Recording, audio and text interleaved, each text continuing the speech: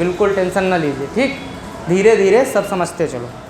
ऐसी क्लास की 5-6 नंबर हमारा कवर हो जाए तब तो संडे पढ़ने का 2-2.5 घंटा मतलब है, नहीं तो क्या मतलब हुआ पढ़ने का, खाली नदिये पढ़े जा रहे हैं, है ना।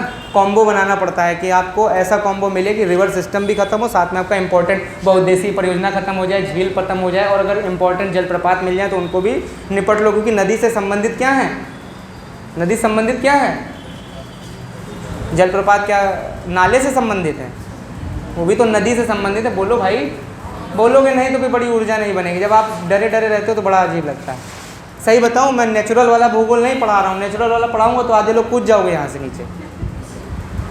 बहुत इंपॉर्टेंट चीज़ें ही केवल बता रहा हूँ आप। चलिए, अच्छा, इतनी बात समझ में आ गई, कोई दिक्कत इसमें हो गया, ताज़ा मीठा काला। चलिए अब इसको हटाइए, आ जाइए कहाँ पर, अपने टॉपिक पर। झेलम, चिनाब, रावी, व्यास और सतलज। झेलम, चिनाब, रावी, व्यास और सतलज। चलिए ये भी जान गए, ये भी जान गए। अब रावी के बारे में समझिए। रावी नदी भी कहाँ से, हिमाचल प्रदेश। कहाँ से, हिमाचल। व्यास इंपॉर्टेंट है क्योंकि व्यास ने एक काम किया है, इसलिए व्यास इंपॉर्टेंट है। जरा समझो, व्यास भी कहाँ से आती है आपकी, ये देखो, पहले यहाँ से आपको निकाल के दिखा दें कौन सी नदी। पहले आपको सतलज से मिला देते हैं। ये देखो सतलज आई, ये आई सतलज, और किस में मिल गई, चिनाब में मिल गई। किस में मिल गई, चिनाब में मिल गई। और इसी में मिलने से पहले हिमाचल प्रदेश से एक नदी और निकलती है, उसका नाम क्या है, रावी। और यहीं पर आके एक और नदी मिल जाती है, उसको क्या बोलते हैं, व्यास नदी। ये सब इसी में मिल जाते हैं, किसमें, सतलज नदी में, ठीक है। और सतलज जाके किस में मिल जाती है, चिनाब में। क्लियर इतनी बात, इसमें कोई समस्या तो नहीं। चलिए अब बात करते हैं व्यास और सतलज की। इनसे एक क्वेश्चन बनता है। ये देखिए यहाँ पर व्यास और सतलज को देख रहे हैं। ये व्यास और सतलज हमने बहुत बाहर निकाल दिया है। व्यास और सतलज ये भारत में भी कहीं ना कहीं टच होती हैं। ये टच होती हैं फिर निकलती हैं, टच होती हैं फिर निकलती हैं, फाइनली जाके मिल जाती हैं। कई जगह भारत में व्यास नदी सतलज नदी से क्या करती है, टच करती है, बगले बगल बहती है, कहीं कहीं छू भी जाती है। समझ रहे हैं, नहीं समझ रहे, महसूस करिए इस चीज़ को, ठीक है। भूगोल क्या होता है, साइंटिफिक सब्जेक्ट होता है। अगर दिमाग नहीं चलाया ना तो इतिहास मत समझना इसको। भूगोल से बीएससी भी होती है और बीए भी होता है, समझें। और साइंस का विषय बिना दिमाग चलाए नहीं आता, इसीलिए लोगों को भूगोल थोड़ी कठिन लगती है, इतिहास आसान लगता है। संविधान में कुछ है ही नहीं पढ़ने लायक, सब कुछ तो लिखा है, बस एक कोई बताने वाला होना चाहिए। फलाने में ये होता है तो फलाने में ये होता है, बात खत्म हो गई। पढ़ने वाला तो भूगोल ही है, दिमाग लगता है इसमें। तो थोड़ा सा दिमाग को दौड़ाइएगा, एक बार दौड़ाना सीख गए तो हमेशा याद हो जाएगा। तो बची 2 नदियाँ, इनसे भी एक इम्पोर्टेंट क्वेश्चन बन जाता है हम लोगों का।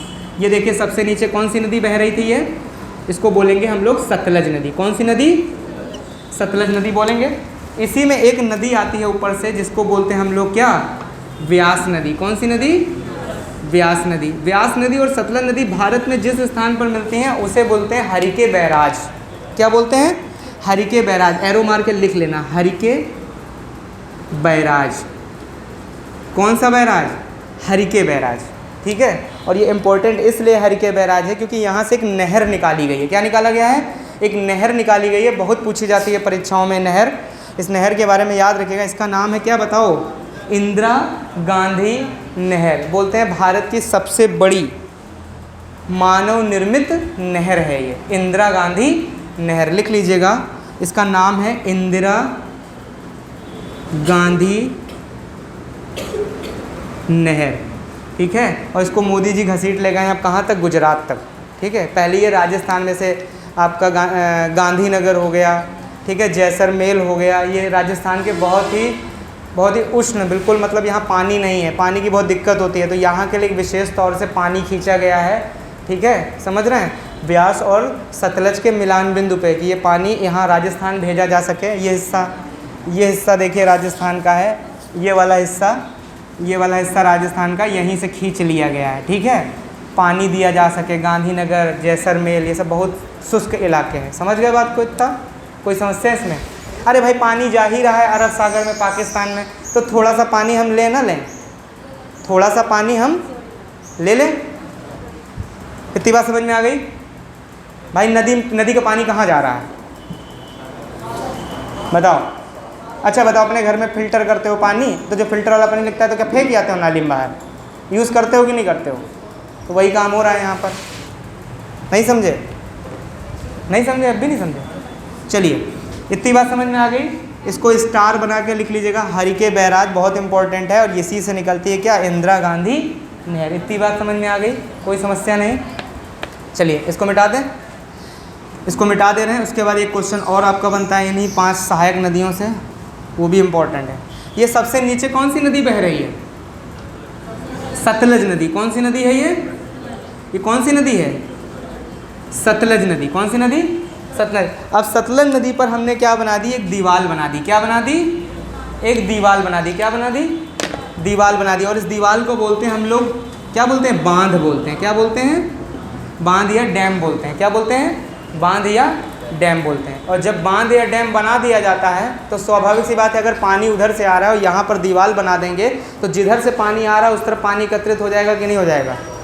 तो ऐसा ही यहाँ पर भी हुआ, जब यहाँ पर पानी एकत्रित कर, यहाँ पर डैम बना दिया गया, यहाँ पर डैम बना दिया गया तो ये हिमाचल प्रदेश में पानी एकत्रित हो गया, हिमाचल प्रदेश में पानी एकत्रित हो गया। और इस पानी एकत्रित हो जाने की वजह से ये डैम बन गया। क्या बन गया, डैम बन गया। बांध से क्या बन गया, डैम। तो बांध और डैम दोनों इसलिए पूछे जाते हैं क्योंकि ये सतलज नदी पर हैं, और सतलज नदी कोई छोटी मोटी नदी नहीं है, पूर्ववर्ती नदी है, गॉड गिफ्टेड है, पहले से बह रही है। ठीक है, तो इस डैम का भी नाम बहुत फेमस है, नाम है भाखड़ा नागल बांध। तो अक्सर पूछ लेता है भाखड़ा नागल बांध किस नदी पर है, तो सतलज नदी पर है। लिख लीजिएगा, एक क्वेश्चन और बनता है आपका, इस पे एरो मार्क लिखिएगा, भाखड़ा नागल बांध, मोस्ट इम्पॉर्टेंट। भाखड़ा नागल बांध किस नदी पर है, तो बता दीजिएगा, सतलज नदी पर है। भाखड़ा नागल बांध किस नदी पर है, सतलज नदी पर। Most important question. घर में जाके ऐसे चित्र बना बना के घर पे, मैप पे, जिनको नक्शा नहीं बनाना आता वो मैप खरीद लें, इतना आता है, गड्डी मिलता है पीछे, ले लीजिएगा, घर में बैठ के कोचा करिएगा, क्या दिक्कत है। इतिहास भी पढ़ डालिएगा मैप में, बहुत आसान है पढ़ना। इधर से आया सिकंदर, फिर यहाँ गया, फिर ये हमारे 16 महाजनपद, उसमें बढ़िया ड्रॉ कर लेना, बहुत आनंद आता है पढ़ने में। अगर अपने आप को स्टडी को रुचिकर बनाओगे तो आनंद आएगा। अब बोरिंग बनाओगे, खुद बोर हो जाओगे तो दूसरा तो क्या मतलब है। ठीक है, इतना समझ में आ रहा है, इतने में कोई दिक्कत तो नहीं है। सारे क्वेश्चन जो इंपॉर्टेंट थे नदियों से संबंधित वो मैंने आपको बता दिया। अब आपका अगर नदी से प्रश्न बनेगा, सिंपल सा बनेगा, आपके लेवल पर बता दूं, सिर्फ इतना पूछेगा, भैया बताओ सिंधु की कौन सी एक सहायक नदी नहीं है, पूछ के किनारे निकल लेगा चुप्पे से। और थोड़ा कठिन करना चाहेगा, ट्विस्टेड करेगा तो कहेगा क्रम से बताओ कौन कौन सी नदी है। और ज़्यादा ट्विस्टेड करेगा तो बोलेगा बताओ भाखड़ा नागल बांध किस नदी पर है। ठीक है, और ये तब क्वेश्चन बनेगा जब वो आपसे क्या पूछना चाह रहा होगा, बहुउद्देशीय परियोजना है, तब भाखड़ा नागल बांध पे आएगा, नहीं तो नहीं जाएगा। ठीक है, चलिए इतनी बात समझ में आ गई, सतलज नदी। अब सुनो, ध्यान दो हमारी बात को, अब इंपॉर्टेंट चीज़ का नाम लेने जा रहे हैं। एक झील सुने होंगे, गोविंद सागर झील। तो कहता है भारत की सबसे बड़ी मानव निर्मित झील कौन सी है, वो एक ही है, और वो है गोविंद सागर। एक है गोविंद बल्लभ पंत झील जो कि रिहंद नदी में है। ठीक है, मैं बताऊंगा अभी आगे, नंबर उसका भी आएगा, लेकिन अभी आप इतना समझो कि जो एक प्रश्न बनता है हमारा, कई बार पेपर में आया है, गोविंद सागर झील, इस झील का क्या नाम हो गया, गोविंद सागर झील। लिख लीजिएगा, मोस्ट इम्पॉर्टेंट लिख लेना, मानव निर्मित, ह्यूमन के द्वारा बनाई गई है झील। भाई ह्यूमन नहीं, ना डैम बनाया होता, ना पानी एकत्रित होता, और ना ये झील होती, ना ये डैम होता। ठीक है, भाखड़ा नागल बांध कहाँ है आपका, याद रखिएगा, कहाँ पर है, पंजाब में। भाखड़ा नागल बांध कहाँ है, पंजाब में, और इसकी वजह से पानी कहाँ इकट्ठा हो गया जाके, हिमाचल प्रदेश में। और गोविंद सागर झील कहाँ है, हिमाचल प्रदेश। नीचे लिख लीजिएगा, हिमाचल प्रदेश, हिमाचल प्रदेश। एक काम और करिएगा, घर में जाइएगा, जब अपना रिवीजन कर रहे होंगे या नोट्स बना रहे होंगे, फिर या आप मैप बना रहे होंगे, तो अपना गूगल बगल में रखिएगा, उसमें डाल के एक बार चेक ज़रूर करते रहिएगा। ठीक है, क्योंकि हम भी इंसान हैं, मानवीय त्रुटि हमसे भी हो सकती है, हालांकि हम होने नहीं देंगे। इन केस कहीं हो जाए तो आप भी पकड़ लीजिएगा उसको। ठीक है, क्योंकि भविष्य का सवाल है, पता चला उल्टा सीधा हो गया तो मामला गड़बड़ा जाएगा, है ना। हम बताते रहे ये, आप पढ़ते रहे वही, और पेपर में आ गया वही, और लगा दिया आपने वही, बाद में हो गया वही जो नहीं होना चाहिए था। हाँ बताइए। गोविंद सागर आपकी सतलज नदी से रिलेटेड, सतलज पर ही डैम बना है, तो सीधी सी पानी भी उसका वहीं रुक जाएगा। ये डैम ही का तो लफड़ा है, डैम ही का तो लफड़ा, इसी में तो हमारे बाबा आमटे निपट गए। नर्मदा बचाओ आंदोलन, भैया डैम मत बनाओ, भैया डैम मत बनाओ, डैम बनाओगे। अभी मान लो नदी जा रही थी, यहाँ रिलायंस टेंट वाले के पास बना दी बहुत बड़ी दीवार, बन हुआ भाखड़ा नागल बांध। अब सीधी सी बात है, उधर का पानी उधरे रह जाएगा। अब रिलायंस टेंट वाले कहेंगे साहब बांध ना बनाओ, साहब बांध ना बनाओ, नहीं हमारे यहाँ को आई नाव में बैठ के, और तुम बांध पानी इकट्ठा हो जाएगा। और फिर भैया यहाँ पर बहुत सारे कुत्ते रहते हैं, बहुत सारे जीव जंतु रहते हैं, ये सब बेचारे इसी में मर जाएंगे। बहुत सारे पेड़ पौधे निकले हैं, ये वनस्पति भी इसमें चली जाएगी, जैव विविधता चली जाएगी, पर्यावरण चला जाएगा, जीव जंतु मर जाएंगे, ठीक है, जल प्रदूषण हो जाएगा, सब कुछ बर्बाद हो जाएगा। इसीलिए विरोध किया था किसने? बाबा साहब आमटे फेमस हैं, नहीं फेमस हैं, है कि नहीं है? पर्यावरण नहीं पढ़े हो क्या? पर्यावरण में सब पूछा जाएगा, ठीक है। चलिए अच्छा, इतनी बात मिटा दें इसको। अभी चाहे ना समझ में आ रहा हूँ, लेकिन जब पेपर में आएगा ना, कहेगा कि बताओ गोविंद सागर झील कहाँ है, तब सबकी आंखें खुली रह जाएंगी, ठीक है, तब समझ में आएगा इसके बारे में। इतनी बात खत्म हो गई। चलिए, हो गया आपका काम लगभग किसका? सिंधु नदी का, ठीक है। चलिए अब हेडिंग डालिएगा ब्रह्मपुत्र नदी, मोस्ट इंपॉर्टेंट। अगली नदी ब्रह्मपुत्र नदी, ब्रह्मपुत्र, उसके बाद गंगा, यमुना, बहुत सारी हैं। आगे में ज़्यादा समय नहीं लगेगा, इंपॉर्टेंट है, थोड़ी सी हैं, बस पढ़ना है उनको, ठीक है। चलिए, ब्रह्मपुत्र नदी की बात करें तो ब्रह्मपुत्र नदी भी कहाँ से निकलती है भैया? ब्रह्मपुत्र नदी भी कहाँ से निकलती है? तिब्बत के मानसरोवर। अब एक जाके ग्लेशियर चेमायुंग डुंग में मत घुस जाना यार, ठीक है, उतना ना हमारा बताने का मन है और ना पूछा जाता है पेपर में। आपका कहो फालतू में मानसिक शोषण करना हो तो दुनिया के लिखाई फिर इसमें हिम्मत एक से एक भयानक पेपर में आएगा नहीं, उल्टा हम और दमित हो जाएंगे, तो उतना हमें करना नहीं है, ठीक है। चलिए बस इतना जानो, तिब्बत के मानसरोवर से निकलती है और निकलते हुए टहलते आती है और हमारे अरुणाचल प्रदेश में घुसती है, और अरुणाचल प्रदेश से कहाँ जाती है? होते होते घूमते टहलते कहाँ चली जाती है? बांग्लादेश, और बांग्लादेश से होते हुए निकल जाती है कहाँ? बंगाल की खाड़ी में चली जाती है, ठीक है। हाँ, कहाँ म्यांमार है? मिजोरम ही तो है। अच्छा, हाँ, मैप असल में ये वो वाला मैप है ना, कौन सा बोलते हैं उसको, राजनीतिक है, वो वाला होता है ना, तो उसमें बड़ा सा राज्य बना रहता है। इसमें उनको बहुत सारी चीज़ें एडजस्ट करनी थी, तो उसी तरह समझ में नहीं है, छोटा दिख नहीं रहा। ये आपका निकला इधर से आती है, ठीक। इंपॉर्टेंट ये है कहाँ से आती है, ठीक है। मानसरोवर झील से निकलती है ब्रह्मपुत्र नदी। तो इसके कुछ नाम हैं, पूछे जाते हैं हम लोगों के वनडे एग्जाम के हिसाब से, तो वो आप जान लीजिए। इसको तिब्बत में किस नाम से जानते हैं इस नदी को? तो लिख लीजिएगा, तिब्बत में इसको किस नदी से नाम से जानते हैं? लिखो ब्रह्मपुत्र नदी या रिवर, ठीक है। तो सबसे पहले कहाँ से निकलती है? तिब्बत के मानसरोवर झील से, ठीक है। और इसको तिब्बत में एक नाम से जानते हैं, सांगपो नाम से। सांगपो बहुत फेमस है, पूछेगा तिब्बत में ब्रह्मपुत्र नदी को किस नाम से जानते हैं? सांगपो नदी, वेरी इंपॉर्टेंट, ठीक। उसके बाद ये सांगपो नदी थोड़ा सा आगे बढ़ती है और कहाँ पड़ती है? पहुँचती है अरुणाचल प्रदेश, और अरुणाचल प्रदेश में इसको बोलते हैं दिहांग नदी। तो दिहांग बोलते हैं अरुणाचल प्रदेश में, लिख लेना, अरुणाचल प्रदेश, अरुणाचल प्रदेश में इसको दिहांग बोलते हैं, ठीक है। अरुणाचल प्रदेश में इसको दिहांग बोलते हैं। इसकी बहुत सारी सहायक नदियां हैं, लोहित है, मानस है, ठीक है, बहुत सारी, लेकिन हमको दो नदियां कतई नहीं भूलनी है इसकी सहायक, जो पेपर में डायरेक्ट पूछी जाती है। एक तो बराक नदी, हजारों बार परीक्षा में पूछा गया कि बराक नदी किसकी सहायक नदी है, तो बहुत सारी करोड़ों नदियां इनकी सहायक नदी हुई, कहाँ तक हम लिखाएंगे भैया? नदियाँ पढ़ाते रहेंगे क्या 1000-2000 साल तक? इंपॉर्टेंट पढ़ो केवल, बस 1000 बार पेपर में आया है बराक नदी किसकी सहायक नदी है, तो बता देना ब्रह्मपुत्र की। हम भी लिखा रहे हैं, जो इंपॉर्टेंट है वो लिखाएंगे। तो चलिए, सबसे पहले तो ये हो गया अरुणाचल, इसको क्या बोलते हैं? दिहांग बोलते हैं, ठीक। उसके बाद अक्सर प्रश्न पूछा जाता है कि ब्रह्मपुत्र नदी को ब्रह्मपुत्र नदी कहाँ कहा जाता है? तो याद रखिएगा, असम में कहा जाता है। कहाँ कहा जाता है? असम में कहा जाता है, ठीक है। लोहित और मानस नदी जब आके इसमें मिल जाती हैं तो इसे क्या कहते हैं? लेकिन अभी लोहित मानस भूल जाओ, ये सब नहीं पूछेगा, ठीक है। सिर्फ ये याद रखो कि बताओ ब्रह्मपुत्र नदी को ब्रह्मपुत्र के नाम से कहाँ जाना जाता है? ब्रह्मपुत्र के नाम से कहाँ पर पुकारा जाता है? असम में पुकारा जाता है। कहाँ पुकारा जाता है? असम में। इतनी बात समझ में आ गई। चलिए, अब असम नदी अगर ब्रह्मपुत्र बनाया तो ब्रह्मपुत्र नदी ऐसे बना लेना, और ब्रह्मपुत्र नदी की दो सहायक नदियाँ जरूर पढ़ लो, बस केवल यही याद रखना, यही पूछी जाती है, ठीक। मैं दिखा देता हूँ मैप में आपको कहाँ से निकलती हैं, कहाँ जाती हैं, ज़रा ध्यान देना।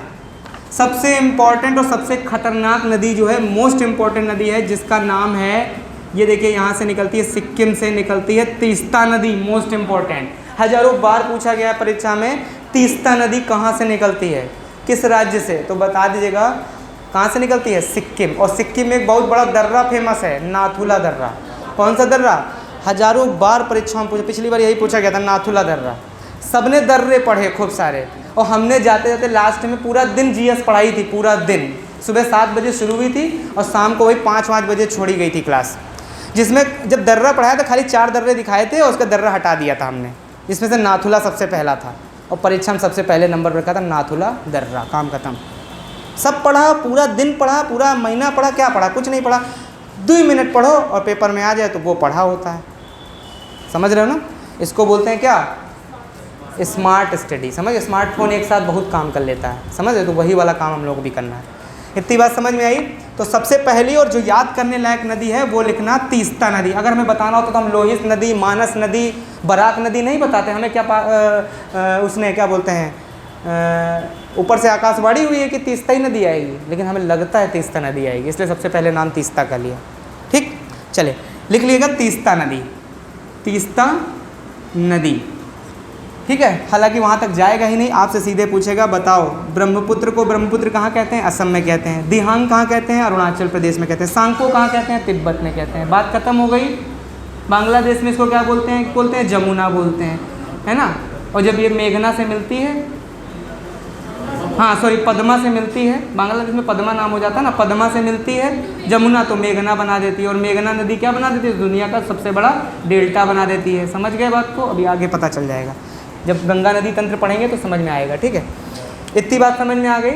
तो सबसे इंपॉर्टेंट नदी तीस्ता नदी, और तीस्ता नदी कहाँ से निकलती है, असम से, सॉरी सिक्किम से। कहाँ से निकलती है, सिक्किम, याद रखिएगा। ठीक है, और सिक्किम के आगे एरो मार के लिखना, चलो लिख लो नाथुला दर्रा। 2 पहाड़ियों के बीच से निकलने वाले मोटर वाहन का रास्ता क्या कहलाता है, दर्रा कहलाता है। समझ गए बात को। तो नाथुला दर्रा अमिताभ बच्चन है दर्राओं के, समझ लो, सबसे बड़ा दर्रा, सबसे ऊंचा दर्रा, सबसे मस्त दर्रा, सबसे सुंदर दर्रा एक का है, वो है कौन, नाथुला दर्रा। बगल में एरो मान लेना, नाथुला दर्रा। ठीक है, हमने भैया ऐसे स्टडी करी है, हमको जहाँ जो मिल गया हम उसको घसीटते लेके चले गए। अगर इनका संबंध कहीं इतिहास से भी हुआ ना तो वहाँ तक पहुँचते चले जाएंगे। जहाँ रास्ता मिले आप भी नदी बनो, नदी, तभी जीवन में सफल होगे, समझे। झील न बनो कि सड़ रहे हो एक जगह पे, नदी बनो कि बहते बहते फ्रेश होते चले जाओ। इतनी बात समझ में आ गई। तीस्ता नदी। अब सुनो, एक नदी और इसकी बहुत फेमस है जो बहुत पूछी जाती है और इसका राज्य भी बहुत बार पूछा गया है। नदी का नाम है बराक नदी, बहुत फेमस है और ये नागालैंड से बहती है। अभी दिखाता हूँ कहाँ नागालैंड है, ध्यान देना भैया। ये देखो नागालैंड दिख रहा है, नागालैंड दिख रहा है ना, नागालैंड देखो, नागालैंड बड़ा बड़ा दिख रहा है उधर किनारे। नागालैंड से एक नदी आती है बराक नदी, और ये भी इसमें ब्रह्मपुत्र में मिल जाती है। ठीक है, ब्रह्मपुत्र में मिल जाती है और ये भी आपकी बहुत फेमस रिवर है। सहायक नदी, 2 ही सहायक नदी आपको खाली याद रखनी है। ठीक है, सबसे ज़्यादा पूछी जाती हैं। क्लियर इतनी बात। अब जैसे देखो, अभी हम गोदावरी पढ़ाएंगे तो गोदावरी में बहुत हैं। गोदावरी में वारधा भी आती है ना, महाराष्ट्र के त्र्यंबक, वो महाराष्ट्र के नासिक से निकलती है गोदावरी नदी। ठीक, तो उसमें बहुत इंपॉर्टेंट नदी। अब उसमें पेन गंगा, वेन गंगा, वारधा, सबरी, है ना, मंजीरा। ठीक है, और आपकी सबसे important Indravati. Indravati most important, Bharat का नियाग्रा, भारत का नियाग्रा जलप्रपात बनाती है इंद्रावती नदी। और किसकी नदी है, गोदावरी की। तो अब मान लो एग्जामिनर जान रहा है कि हमको भारत का नियाग्रा पूछना है, भारत का नियाग्रा पूछना। और नियाग्रा जानते हो यूएसए में बहुत फेमस है, सेंट लॉरेंस नदी पर। आज भेजा है हमने टेलीग्राम, अगर घर में खोलना तो उसमें है, भेजा है मैंने आज, सेंट लॉरेंस नदी का नियाग्रा मैंने भेजा है, देख लीजिएगा उसमें। ठीक है, बहुत सुंदर जलप्रपात है, देखने लायक चीज़ है। ठीक है, तो अब हमको बताना ही होगा तो हम ऐसे ना बताते हैं, लेकिन अब वो एग्जामिनर क्या क्वेश्चन बना रहा है, एग्जामिनर क्वेश्चन बना रहा है कि यार ये सब जानते हैं भारत का नियाग्रा किसे कहते हैं, इंद्रावती नदी पर है जलप्रपात, सब जानते हैं। क्यों ना इनसे पूछा जाए इंद्रावती नदी किसकी सहायक नदी है, बन गया नदी से क्वेश्चन, काम खत्म। तो इंपॉर्टेंट चीज़, इंपॉर्टेंट से इंपॉर्टेंट पूछा जाता है पेपर में, और कुछ नहीं पूछता है। ठीक है, जब आएगा नंबर तो बताएंगे। 2 नदियाँ बता दी हमने। ठीक है, और अगर मानस अभ्यारण्य जानते होगे, मानस अभ्यारण्य कहाँ है, कहाँ है, असम में है। तो मानस नदी भी इसमें जुड़ जाती है। लिखना चाहें तो मानस और लोहित 2 नदियाँ जरूर लिख लीजिए, ये दोनों असम में जुड़ती हैं जाके, मानस नदी और लोहित नदी। ना भी लिखेंगे तो भी कोई दिक्कत नहीं है, लिख लेंगे तो भी कोई दिक्कत नहीं। मानस नाम आएगा तो ऐसे ही जान जाओगे मानस किसकी नदी है, सहायक नदी है, ब्रह्मपुत्र की। चर्चा में रहती है मानस और लोहित, मानस और लोहित लिखना चाहें तो लिख लीजिए बस, उसके बाद ब्रह्मपुत्र का काम खत्म। मानस और लोहित, दो नदियाँ और लिख लीजिएगा, एक लिख लीजिएगा मानस और एक लिख लीजिएगा लोहित। ठीक, अब दाएं बाएं के चक्कर ना पड़ना कि कोई नदियाँ दाएं से आती हैं, कौन बाएं से आती है, फिर आप आईएएस की तैयारी कर रहे हो, आप यूपी टीईटी या सुपर टेट की तैयारी नहीं कर रहे हो। इतना डीप में केवल आईएएस पीसीएस में पूछा जाता है कौन कौन सी नदियाँ दाएं से मिलती हैं, कौन कौन सी बाएं से मिलती हैं, समझ रहे हो ना। जैसे भी गंगा नदी में बहुत सारी नदियाँ बाएं से मिलती हैं, एक दो दाएं से मिलती हैं, दाएं वाली पूछ लेता है। अब जिसने उसके लिए बहुत गहन अध्ययन की जरूरत थी, उसके लिए लगता है समय, तो उतना समय अभी हम लोगों के पास है नहीं। हमारी परीक्षा लगी है 2 से 4 महीने बाद। जितना ज़्यादा से ज़्यादा कवर कर सकते हैं एक क्लास में, वही हमारे लिए महत्वपूर्ण है। टॉपिक बाई टॉपिक तो पढ़ेंगे ही पढ़ेंगे। फिर एक दिन स्वर्ण अक्षरों में पढ़ेगा दर्रा, फिर ऊपर से नीचे तक दर्रा ही दर्रा चलेगा। यहाँ कौन सा दर्रा, यहाँ कौन सा दर्रा, यहाँ कौन सा दर्रा, यहाँ कौन सा दर्रा, यहाँ कौन सा दर्रा, 12 लाचा नहीं है ना, सब दर्रे ही दर्रे तो हैं पूरे देश में, वो सब पढ़े जाएंगे, पूछे भी जाएंगे, तो उसमें से इंपॉर्टेंट बता दिए जाएंगे, वही पूछेंगे। तो इतनी बात समझ में आ गई, इसको मिटा दीजिए। अब हेडिंग डालिएगा गंगा नदी तंत्र। गंगा नदी तंत्र तीसरा तंत्र है, गंगा नदी तंत्र। जो क्वेश्चन बन सकते हैं वो सब बता दिए, ब्रह्मपुत्र से और कुछ नहीं बनेगा। ठीक है, हाँ एक चीज़ ये लिखना चाहो तो लिख लो ब्रह्मपुत्र नदी को। ब्रह्मपुत्र नदी को बांग्लादेश में क्या बोलते हैं, जमुना बोलते हैं। ब्रह्मपुत्र लास्ट में कहाँ जाती है, बांग्लादेश। अच्छा सुनो, ये जो तीस्ता नदी जानते हो क्यों इम्पोर्टेंट है, ये तीस्ता नदी क्यों इम्पोर्टेंट है, मैं आपको बता देता हूँ आज। बंगाल की सीएम कौन है, बंगाल की सीएम कौन है, ममता बनर्जी, दीदी जी है ना। दीदी जी को पता नहीं क्या दिक्कत है, दीदी जी कहती हैं कि हम ये तीस्ता नदी का पानी नहीं जाने देंगे बांग्लादेश। ये तो गलत बात है ना, ये तो प्रकृति ने बनाया है, जाने दो उसे, हम कौन होते हैं रोकने वाले। अभी सिंधु नदी जा रहा है पानी, हम कहें नहीं, हम मोदी जी कहेंगे नहीं हम किसी को नहीं जाने देंगे, हम रोक देंगे, तो गलत है ना। किसी मानवता के साथ दुर्व्यवहार हो जाएगा ना, ये तो गलत बात है। तो मानवता के साथ दुर्व्यवहार नहीं करना, इसीलिए तो सिंधु समझौता हुआ था कि 20% पानी हम यूज़ करेंगे, 80% वो करेंगे। उसके बाद भी पाकिस्तान आरोप लगाने में पीछे नहीं हटता है। हमारे डैम बाबा आदम के ज़माने के बने हुए हैं, वो 20% पानी रोक के नहीं पावत, तो 15% पानी रोक पावत, 5% ज़्यादा चला जाता, उनके यहाँ बाढ़ आ जाता, तो कहा हमारे यहाँ तुमने बाढ़ भेज दिया। अब उनका को बतावे, हमारे यहाँ रेलवे लाइन तो पुल तो सब बाबा आदम के ज़माने का। अच्छा हुआ, कभी कभी लगता है कि अगर सोचो जिन देशों में अंग्रेज नहीं गए उन देश में सिर्फ एक ही चीज़ हुआ, आतंकवाद, बस केवल आतंकवाद। भारत हमारा बच गया आतंकवाद से, नहीं हम लोग भी क्या होते हैं, आतंकवाद हो जाते। विचारधाराएं हम लोगों की कभी ऐसी पढ़ी लिखी वाली होती, हमारे यहाँ ये बच्चियाँ पढ़ रही होती जैसे वहाँ हो रहा है, लड़कियाँ रो रही हैं तालिबान में कि हमको पढ़ने नहीं देंगे, हमारी नौकरी छीन लेंगे और न जाने क्या क्या करेंगे। छोटी छोटी बच्चियों को मार देते हैं वो लोग ले जाके, बहुत अधर्म टाइप के लोग हैं, अधर्मी टाइप के, और बताते हैं ये हमारा वो है, भगवान जाने क्या है ये। लेकिन अंत जल्दी होगा, जब मानवता का अंत होना होता है तो ऐसे ही दिमाग लगाते हैं इंसान लोग। ठीक है, अपना पतन खुद ही करेंगे। इतनी बात समझ में आई। बांग्लादेश में क्या बोलते हैं, इसको लिख लीजिएगा, जमुना बोलते हैं। किसको, ब्रह्मपुत्र को। ठीक है, बाद में किस में मिलेगी, पद्मा में, जब मिलेगी तब बताएंगे। इतना मिटा दीजिए। अब आ जाइए गंगा नदी तंत्र में। गंगा नदी थोड़ा मज़ा आएगा पढ़ने में। ठीक है, गंगा नदी तंत्र, कौन सा तंत्र पढ़ने जा रहे हैं हम लोग, गंगा। इससे क्वेश्चन जरूर बनते हैं, गंगा नदी तंत्र से क्वेश्चन जरूर बनते हैं। ठीक, क्या बनते हैं जरा ध्यान देना। थोड़ा सा गंगा नदी के बारे में जान लो कि क्वेश्चन बहुत पूछ रहा है गंगा नदी से। चलिए गंगा नदी की बात करें तो सब जानते हो उत्तराखंड से निकलती हैं। कहाँ निकलती हैं, उत्तराखंड। अभी उत्तराखंड नहीं पूछता, अब क्या पूछता है, क्या पूछता है वो हम बताते हैं। सबसे पहले गंगा नदी का ओरिजिन जान लो क्या है। कहते हैं एक ग्लेशियर है, उसका नाम है सतोपथ ग्लेशियर। क्या नाम है, सतोपथ हिमनद। हिमनद समझते हो, पर्वत के जितना ऊंचाई पर जाओगे तापमान क्या होगा, घटेगा। और जब तापमान घटेगा तो सीधी सी बात है तापमान डिग्री सेल्सियस में माइनस में जाने की संभावना हो जाएगी। जहाँ माइनस में तापमान पहुँचा नहीं कि तुरंत बर्फ़ जमने लगेगी। तो वायुमंडल में जो ऑक्सीजन और वाटर टहल रहा है, हाइड्रोजन और ऑक्सीजन जो घूम रही है, वो आपस में रिएक्शन कर लेती है, H2O बना लेती है। और H2O बनाने के बाद वाष्पित और बहुत सारा समुद्र से गर्म पानी उठता है, वो भी टहलते हुए जाता है और ऊंचाई पे जाके पर्वत से टकरा के वहीं पे जम जाता है। अब जम के जब वहाँ बरसता है तो पानी तो वो गर्म होता है भाई, वाष्प से संघनन संवहन होता है, जलतंत्र होता है कि नहीं होता है। जनतंत्र होता है कि नहीं, समुद्र में से पानी वाष्पित होकर उड़ता है ऊपर, बादल बनता है और जब चलता है तो ऊंचाई वाले स्थानों पर टकराता है, टकरा के वहाँ पानी गिराता है। तो वहाँ पर पानी जब गिरता है तो वहाँ का वायुमंडल का तापमान इतना ठंडा कि गिरते ही पानी क्या हो जाता है, बर्फ़ बन जाता है और वो वही जमता चला जाता है। तो हिमनद ही पिघला करते हैं जब गर्मी आती है, 6 महीने गर्मी रहती है, 6 महीने ठंडी रहती है। मैं अभी आपको पृथ्वी की गतियाँ पढ़ाऊँगा, तो पृथ्वी की गतियों में बताऊँगा कि हमारी पृथ्वी जो है 23.5 डिग्री क्या है, कायदे से ऐसे होना चाहिए, ये नॉर्थ पोल होना चाहिए, साउथ पोल होना चाहिए, ये होनी इक्वेटर है बीच में, भूमध्य सागर। कहते हैं ये 90 डिग्री होना चाहिए, 0 डिग्री ये है, तो 23 डिग्री पे बताते हैं यहाँ कहीं 23, 0 degree, 2 degree, 3 degree, 15 degree, 20 degree, 23 degree यहाँ कहीं होगा। तो कहते हैं 90 से 23 डिग्री पर झुकी हुई हमारी पृथ्वी, यानी नॉर्थ पोल यहाँ ना होकर नॉर्थ पोल यहाँ है और साउथ पोल कहाँ है, यहाँ पर है।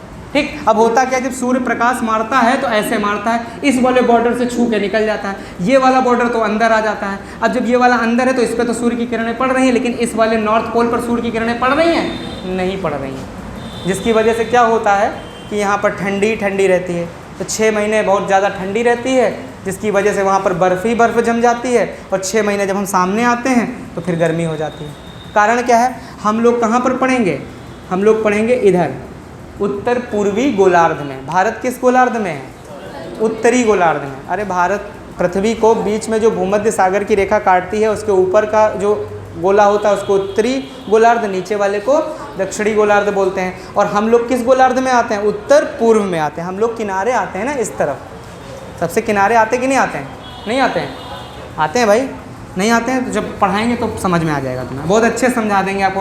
और 66.5 डिग्री झुकी हुई है किससे, अपनी अक्ष से। अभी किसी को समझ में नहीं आया होगा, या जिसको आ गया मुबारक हो, जिसको नहीं आया उसको और भी मुबारक हो, क्योंकि हम आगे पढ़ाएंगे बहुत विधिवत, उसको सबसे ज़्यादा समझ में आएगा। जिसको कुछ नहीं समझ में आया, एक कान दिया भगवान ने, सुनो और इधर से निकाल दो, पा जाओ तो नाक से भी निकाल दो, जहाँ से मिले वहाँ से निकाल दो। ठीक है, सतोपत ग्लेशियर की बात करें, ठीक है, एक और होता है मिलान ग्लेशियर। ये सब बहुत उच्च स्तरीय प्रश्न हैं, ये आते वाते हैं नहीं, लेकिन आपकी हम जानकारी के लिए एक ग्लेशियर दिखा दें, नहीं कहोगे ग्लेशियर तो है नहीं, निकला कहाँ से। ठीक, पूछा ये भी नहीं जाएगा आपकी परीक्षा में, कतई नहीं पूछा जाएगा, लेकिन हमें तो कहीं ना कहीं से भूमिका बनानी है, नहीं बनानी है। अरे बताओ, क्या शाहरुख खान के पिताजी को पूछा जाता है क्या, लेकिन पिताजी ना होते तो क्या शाहरुख खान होते आज, तो बताना तो पड़ेगा नहीं कि फलाने, है ना, फलाने के पिताजी की संतान। या जैसे आप उनको ले लो, अमिताभ बच्चन ले लो, उनके पिताजी हरिवंश राय बच्चन फेमस थे, तो हम लोग कहते नहीं हरिवंश राय बच्चन की संतान है ये, तो इनको हरिवंश राय बच्चन समझ लो, पूछे नहीं जाएंगे, पूछे अमिताभ बच्चन नहीं जाएंगे, कौन बनेगा करोड़पति में। ठीक है, तो याद रखिए सतोपत ग्लेशियर से एक नदी निकलती है, ये बहुत इंपॉर्टेंट है, इसकी वजह से सतोपत ग्लेशियर फेमस हो गया। इस नदी का नाम है, क्या नाम है इसका, विष्णु गंगा। कौन सी गंगा, विष्णु गंगा लिख लीजिएगा। ठीक है, विष्णु गंगा बहुत फेमस है। ठीक, और इसी की समकक्ष एक नदी और आती है, उसका नाम है आपका धौली गंगा। कौन सी गंगा, धौली गंगा। ठीक है, विष्णु गंगा और धौली गंगा। ठीक, विष्णु गंगा और धौली गंगा जहाँ पर मिलती हैं उस स्थान पर एक नदी का निर्माण होता है, दोनों का पानी मिल जाता है और मिश्रण वाली नदी निकलती है, और इस नदी का नाम होता है, बहुत फेमस नाम है इसका अलकनंदा। याद रखिएगा, बहुत पूछा जाता है। ठीक है, धौली गंगा और विष्णु गंगा के कंपोजिशन से क्या बनती है, अलकनंदा। क्या बनती है, अलकनंदा। याद रखिएगा, पूछ लेगा, अलकनंदा का निर्माण होता है विष्णु गंगा और धौली गंगा। तो जहाँ पर अलकनंदा, ये सब उत्तराखंड में घट रहा है, कहाँ, यूके में। कहाँ घट रहा है, यूके में। तो जहाँ विष्णु गंगा और धौली गंगा आपस में मिल जाती हैं उसको बोलते हैं अलकनंदा, और अलकनंदा जहाँ पर मिलती है इस स्थान को बोलते हैं विष्णु प्रयाग। लिख लीजिएगा, विष्णु प्रयाग बोलते हैं, विष्णु प्रयाग लिख लीजिएगा, विष्णु प्रयाग बोला जाता है जहाँ पर अलकनंदा का निर्माण होता है। और आगे भविष्य में पढ़ोगे कि पूछा जाएगा गंगा नदी का निर्माण किन दो नदियों से हुआ, अलकनंदा और भागीरथी। आगे आप लोग पढ़ते हो अलकनंदा और भागीरथी, अभी आपको अलकनंदा और भागीरथी से हम मिलाएंगे थोड़ा आगे। तो विष्णु प्रयाग में अलकनंदा के नाम से जाना जाता है। तो प्रश्न आएगा, अलकनंदा को कहाँ पर अलकनंदा कहते हैं, विष्णु प्रयाग, देव प्रयाग, कर्ण प्रयाग, रुद्र प्रयाग। तो क्या लगा देना, विष्णु प्रयाग। ठीक है, फिर अलकनंदा बिना रुके टुके बड़ी स्पीड में आगे बढ़ती हैं, बढ़ती रहती हैं और एक जगह पहुंचती हैं, उस जगह को बोलते हैं नंद प्रयाग। कौन सा प्रयाग, नंद प्रयाग। और इसमें एक नंदा देवी नदी आके मिल जाती है, नंदाकिनी भी कहते हैं बहुत लोग, जैसे मंदाकिनी बोला जाता है उधर, यहाँ पर नंदाकिनी बोल दिया जाता है। तो लिखना चाहिए, लिख लीजिएगा। अगला प्रयाग जो होता है उसको बोलते हैं नंद प्रयाग। कौन सा प्रयाग? नंद प्रयाग। लिख लीजिएगा, ये पूछा जा रहा है पेपरों में, इसलिए मैं बता रहा हूँ आपको, ठीक है। नंद प्रयाग जितना महत्वपूर्ण है वो हम जरूर बताएंगे, वो चाहे फिर आपका चाहे जितना ही क्यों ना हाई फाई हो, क्योंकि अगर आ चुका है परीक्षा में तो आने की प्रबल संभावना है, ठीक। नंद प्रयाग, नंद प्रयाग में एक नदी आके मिलती है, इस नदी को बोलते हैं हम लोग कौन सी? नंदा देवी नदी या नंदाकिनी, नंदाकिनी, ठीक है, नंदाकिनी नदी, ठीक है। ये नदी है जो उसकी सहायक नदी है, किसकी? अलकनंदा की, ठीक है। नंदाकिनी नदी आके मिली और जहाँ पर मिलती है इसको बोलते हैं नंद प्रयाग, ठीक। खत्म इतनी बात। उसके बाद थोड़ा और जल्दी से आगे बढ़ो, अगला प्रयाग, एक प्रयाग और मिलेगा, कहते हैं 5 प्रयाग हैं, बहुत फेमस हैं 5 प्रयाग, ठीक है। तो ये जो अगला प्रयाग है इसको बोलते हैं हम लोग कर्ण प्रयाग। कौन सा प्रयाग? कर्ण प्रयाग। लिख लीजिएगा, कर्ण प्रयाग, ये भी बहुत महत्वपूर्ण है। कर्ण प्रयाग में भी अलकनंदा का नाम नहीं चेंज होने वाला, अलकनंदा फिर अलकनंदा ही है, समझ लेना। अलकनंदा को कोई नहीं बदल सकता। आओ मिलो, जल ग्रहण क्षेत्र बढ़ा दो, कोई दिक्कत नहीं है, स्पीड बढ़ा दो, पानी बढ़ा दो, फर्क नहीं पड़ता, ठीक। लेकिन फिर अलकनंदा आगे जहाँ पर पहुँचती है और इसमें एक नदी आके मिलती है, इस नदी को बोलते हैं पिंडारी नदी। कौन सी नदी? पिंडारी नदी, बहुत फेमस है पिंडारी नदी। ये जहाँ पर मिलती है अलकनंदा में, वहाँ पर फिर एक स्थान बनता है जिसको बोलते हैं कर्ण प्रयाग, मोस्ट इम्पोर्टेंट, ठीक है, कर्ण प्रयाग। इसको क्या बोलते हैं? कर्ण प्रयाग। जैसे हम बना रहे हैं ना, ऐसे अगर नदियाँ बनाते चलोगे ना तो फिर बड़ा मज़ा आएगा। और अगर तुमने हैं लिखा तो फिर हैं हो जाओगे, है ना। हैं वाले मत बनना भैया, नहीं फिर हैं हो जाओगे, ठीक। घर में कोशिश करना मैप ड्रॉ करना। भूगोल आया है तो सिर्फ मैप से है, भूगोल के लिए ही ये मैप बनाया जाता है। ऐसे पढ़ाया तो फिर कितना है देख रहे हो, बवाल इसके अंदर। हम लोगों को इतना नहीं पढ़ना, ठीक। चलिए, जितना पढ़ना है उस पर हम पर भरोसा करें। जो बोर्ड पर लिख रहा हूँ, ठीक है, कोई भी अनर्गल और फालतू की चीज़ नहीं लिख रहा हूँ जो परीक्षा में पूछी नहीं जाएगी आपके लिए इम्पोर्टेंट है। इतनी बात समझ में आ गई? ये कौन सा प्रयाग हो गया? कर्ण प्रयाग। उसके बाद फिर आगे बढ़ेगी अलकनंदा, फोर्स से बढ़ती जा रही, आगे पहुँचेगी और थोड़ा सा एक जगह पे स्टॉपेज लेगी और देखेगी एक नदी और आ रही है, चलो इसको भी लेते चलो। और इस नदी का नाम है, इसको तो कौन नहीं जानता, मंदाकिनी नदी। ये तो बहुत प्रसिद्ध है, ठीक है। बहुत भीषण त्रासदी आई थी, इसी में बादल फट के पानी गिर गया था, इसका जल स्तर इतना ज़्यादा बढ़ गया था। एक तो वर्षा इतने दिन से हो रही थी, पानी ऐसे उफान पे था, ऊपर से पता नहीं कहाँ से बादल आ गया मानसून बन के, नीम पर करेला हो गया। एक तो वैसे ही वाटर लेवल ऊपर जा रहा था, डेंजर जोन, पानी बरस रहा, लगातार पानी बरस रहा है, बादल गिर रहा है, ओले गिर रहे हैं, पानी गिर रहा है, हिमनत गिर रहा है, सब कुछ गिर रहा है। उसी हिमनत टूट कर गिरे जा रहे, इतना भयंकर माहौल। और ऊपर से और आफत, क्या हुआ? बादल फटा नहीं कि पानी ज़रूरत से ज़्यादा, फिर वही दूध उबलने वाली हरकत हो गई, सारा दूध बाहर, और दूध मलाई को लेके क्या आ गया? नीचे। और उसके बाद तो आप जानते हो क्या क्या हुआ। तो इस नदी का नाम है मंदाकिनी नदी। मंदाकिनी नदी पूछता है किसकी सहायक नदी है? अलकनंदा की। और ये जहाँ मिलती है इसको बोलते हैं बाबा भोलेनाथ का धाम, रुद्र प्रयाग। सब कोई जानता है, ठीक है, रुद्र प्रयाग, मोस्ट इम्पोर्टेंट। जानते हैं, हम जानते भी हैं आप सब लोग यहाँ पर, अक्सर आप लोगों को फेसबुक पे फ़ोटो भी दिखती होगी। रुद्र प्रयाग नहीं देखा? हो आइएगा, बहुत सच्चा धाम है, ठीक है, समझ रहे हैं। एक बार ज़रूर जाइएगा, अपने जीवन में मौका मिले, लेकिन जब बुलाएंगे तभी जा पाएंगे, नहीं तो आप जा भी नहीं पाएंगे, ठीक। उसके लिए आपको साफ दिल का और अच्छा इंसान बनना पड़ेगा, ये नहीं। हाँ, वो बात अलग है कि पापी लोग भी जाते हैं ऐसी जगह पे, लेकिन पापियों का पाप का अंत होता है। क्या सोचा था महाकाल बचा लेंगे, रास्ते में लाकर टपका दिया गया। गए थे ना एक जने बचने, है ना, मानवता को तुम उन्हीं के द्वारा बनाए गए मानव को तुमने मारा, तुम बच जाओगे, तुमको भी पलटा के मारा जाएगा, ठीक है। जैसे को शंकर भगवान रक्षा जरूर करते हैं, लेकिन सही लोगों की, गलत लोगों की नहीं, ठीक है। बच लो, किस्मत के धनी हो। कभी भोले भाले तो थे ही वो, हमेशा जानते ही हो आप उनको, ठीक है। लेकिन कभी कभी गलती से विष्णु जी बगल में बैठे रहते हैं, फिर उस समय उनको भोला नहीं बना पाओगे आप, क्योंकि विष्णु जी अगर बगल में बैठे हैं तो वो बता जरूर देंगे, यार फिर हमको तुम यार कुछ ना कुछ काम दे दोगे, आप तो कुछ ना कुछ कर दोगे, बाद में हम ही को उतरना पड़ेगा मैदान में। चाहे भस्मासुर आ गया हो, इतिहास गवाह है, भस्मासुर ले आए, बाद में हम ही को बनना पड़ा नृत्यांगना, डांस करवा के उनको हमने भस्म करवाया था, कितना मेहनत पड़ा था हमें। तो इसलिए आपकी ऐसा कुछ मत करो, आपकी हम बताते हैं क्या करो। कहते बताओ, कहीं ठीक आने दो इसको, बाद में निपट लिया जाएगा, ठीक है। तो इसलिए अच्छा करिएगा, ठीक है, भगवान उसी का साथ देते हैं जो खुद की क्या करता है, मेहनत करता है। उनका साथ नहीं देते जो घर में बैठे रहते हैं खाली सत्तारी। चलिए अच्छा, आप लोग सोचते हो कि प्रवचन देने लगते हैं ना, ज़रूरी है, थोड़ी बहुत चीज़ें, बहुत जानकारी बहुत ज़रूरी होती है। मंदाकिनी नदी बहुत इंपॉर्टेंट है रुद्रप्रयाग के लिए, ठीक है, याद रखिएगा, रुद्रप्रयाग, ठीक, इतना याद रखिए। और समझ लीजिए, और अगर साथ में पार्वती जी बैठी हुई खुदा ना खास्ता उसी टाइम, तब तो फिर आपका महाकल्याण है, वो तो फिर सीधे गर्दनें उड़ा देंगी सीधे। इसलिए शंकर भगवान से मांगना बुरी बात नहीं है, लेकिन ये ध्यान रखना, अगर आपने कुछ गलत काम किया है तो वो सोच समझ के मांगना, नहीं फिर आपका काम बिल्कुल निश्चित है। क्योंकि फिर अगर पार्वती जी का मूड खराब हो गया तो फिर उनको कोई भी रोक, देखा है ना उनका रुद्र रूप, नहीं देखा आप लोगों ने? रुद्र रूप देखा ही नहीं उनका आपने? किसी ने नहीं देखा? हाँ देखा होगा, बहुत ज़बरदस्त। ठीक, चलिए इतनी बात समझ में आ गई। रुद्रप्रयाग हो गया। अब देखो भैया, रुद्रप्रयाग के बाद ये अलकनंदा अब भी नहीं मान रही, बहुत तेज, बता रहे किशोरा अवस्था में थर थर थर थर थर, अपचय अपर्दन, अपचय अपर्दन सब एक साथ चल रहा है, तड़ातड़ तड़ातड़, तोड़ते फाड़ते लेके चली आ रही। अब आई तो कहाँ पहुँची, इसका नाम क्या है बताओ? एक प्रयाग है और इस प्रयाग का नाम है देव प्रयाग। अब यहाँ पर ये इंतजार करेंगी अपनी छोटी बहन का।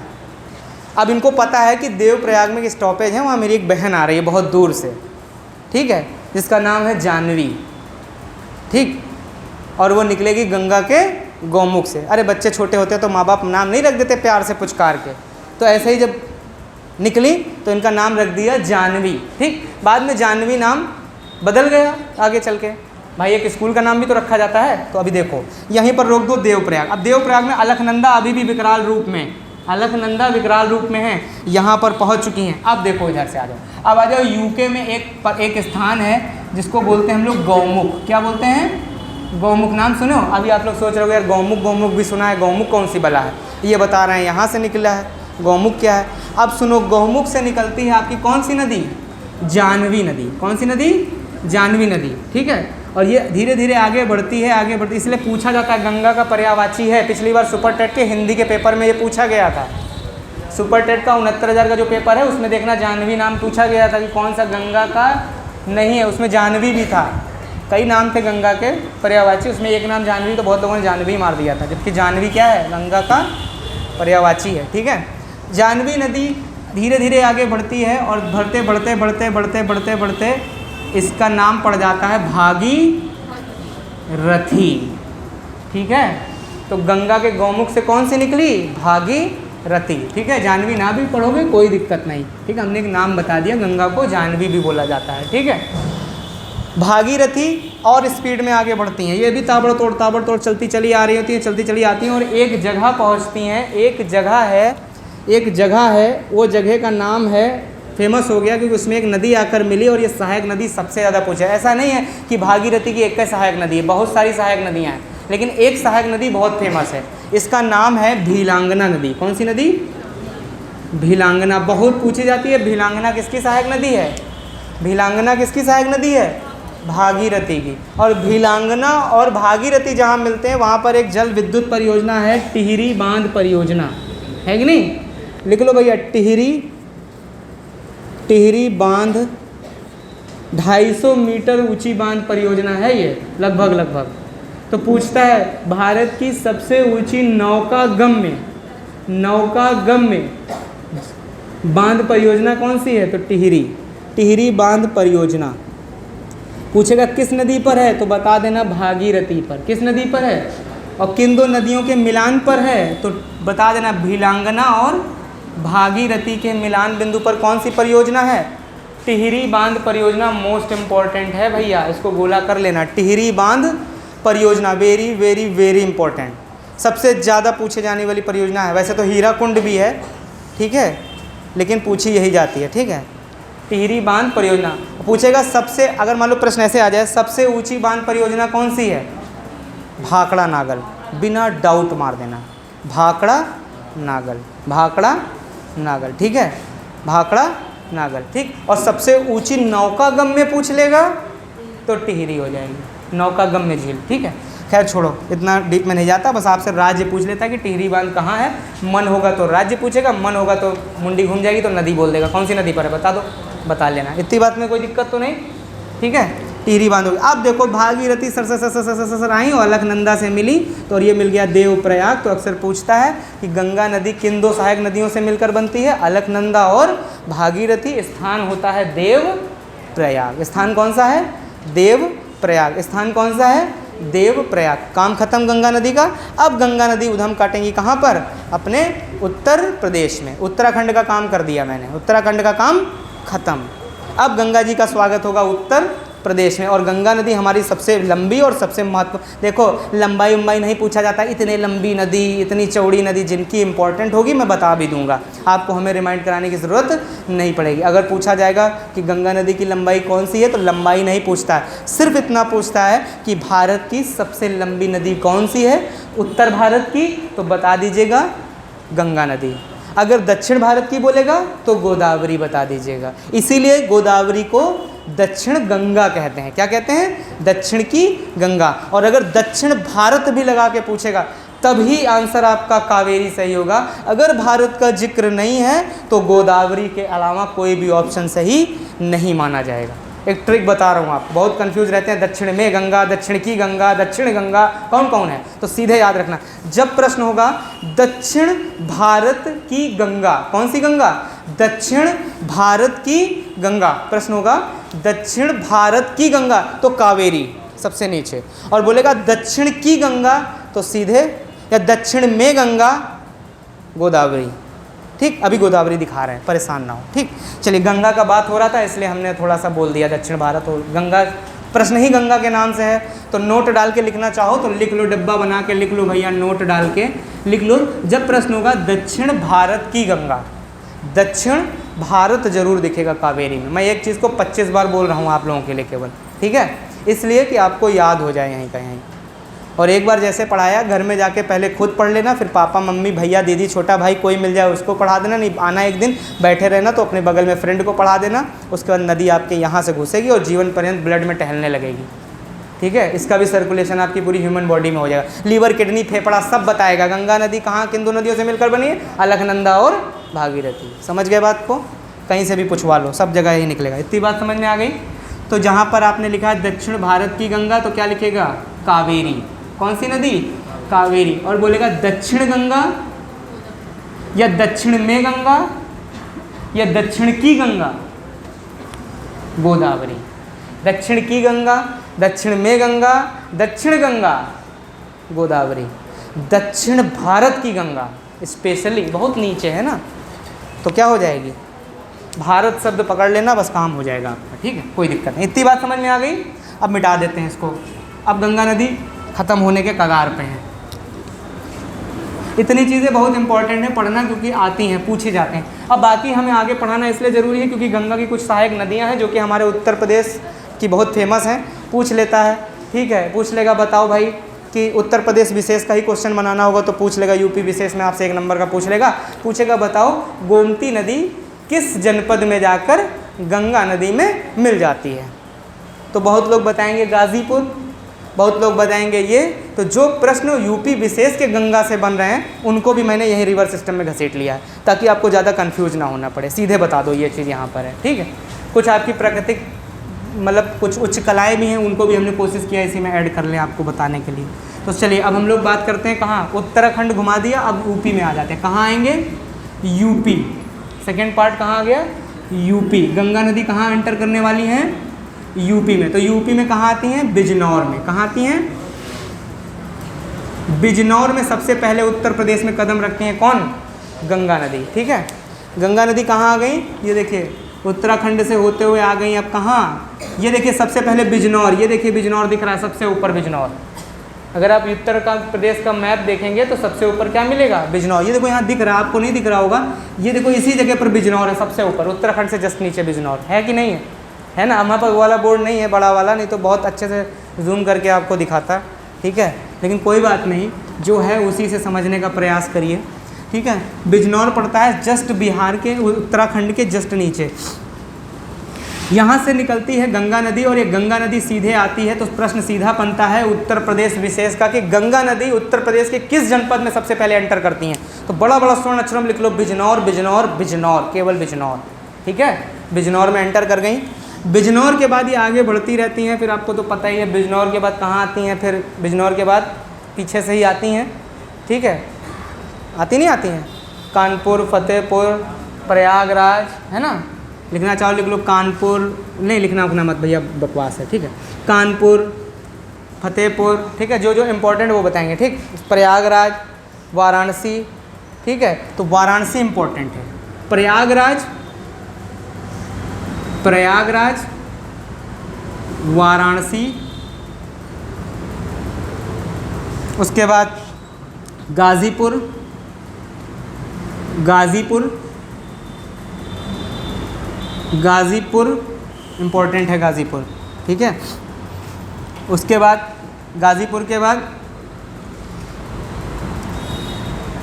ये निकल जाती है बिहार, गाज़ीपुर के बाद कहाँ चली जाती है, बिहार, बिहार में कहाँ, पटना, पटना के बाद, पटना के बाद ये लिख लिया ना आपने, पटना के बाद छपरा, छपरा इम्पोर्टेंट है, छपरा के बाद पटना हो गया, छपरा हो गया, छपरा के बाद हाजीपुर, ये बिहार में है, हाजीपुर ये भी इम्पोर्टेंट है, लिखते चलना, ऐसे बनाते चलना, हाजीपुर, पटना के बाद कौन सा पुर, हाजीपुर, ठीक है, अभी हाजीपुर रुक गए हैं, हाजीपुर के आगे आपकी कॉपी में स्पेस होगा ना भैया, तो अब हाजीपुर के बाद लिख लेना, हाजीपुर के बाद आपका, और अभी उधर आगे बना देंगे, अभी फ़िलहाल इतना समझो, ठीक, हाजीपुर, हाजीपुर के बाद फिर आपका फरक्का, पश्चिम बंगाल में फरक्का पड़ता है ना, फरक्का एक्सप्रेस ट्रेन का नाम सुने होंगे आप लोग, नहीं सुने हो, फरक्का एक्सप्रेस नहीं सुने हो, बहुत फेमस ट्रेन है, फरक्का आपका पड़ता है पश्चिम बंगाल। तो फरक्का इसलिए फेमस है भैया क्योंकि एक नदी होती है गंगा की सहायक नदी, इसका नाम है महानंदा। कौन सी नदी, महानंदा। महानंदा पश्चिम बंगाल में जाके